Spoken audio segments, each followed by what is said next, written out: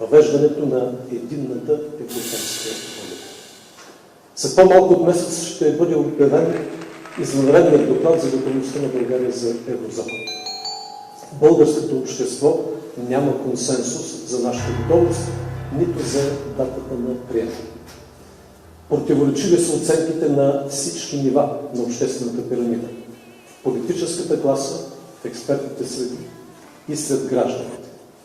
Инфлацията, кризата на доверие в политическата класа, липсата на ясна организация и убедителни действия от управляващите за гарантиране на покупателната способност на гражданите и конкурентоспособността на българската икономика внасят напрежение в процесите около въвеждането на евро.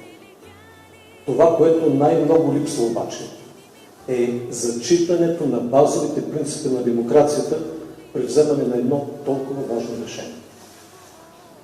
Институции с критично ниска легитимност вземат стратегическо решение за нашето общо бъдеще, без да се случват в мнението на гражданите.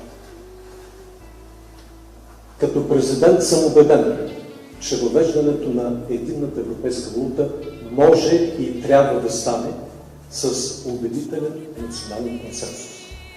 С вътрешното убеждение на хората, а не с пренебрежително незачитане на тяхната воля.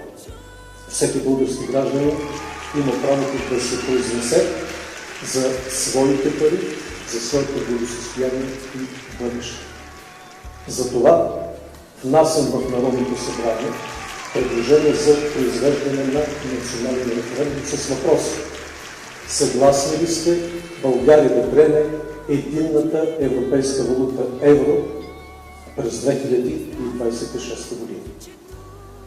Референдумът ще бъде проба за демократичност на Народното събрание и ще покаже кой следва принципите на демокрацията и кой отказва на българите правото да определят своето бъдеще. Референдумът ще бъде оздравителен за българската демокрация. Той ще даде думата на хората и ще даде възможност да се чуят всички аргументи за и против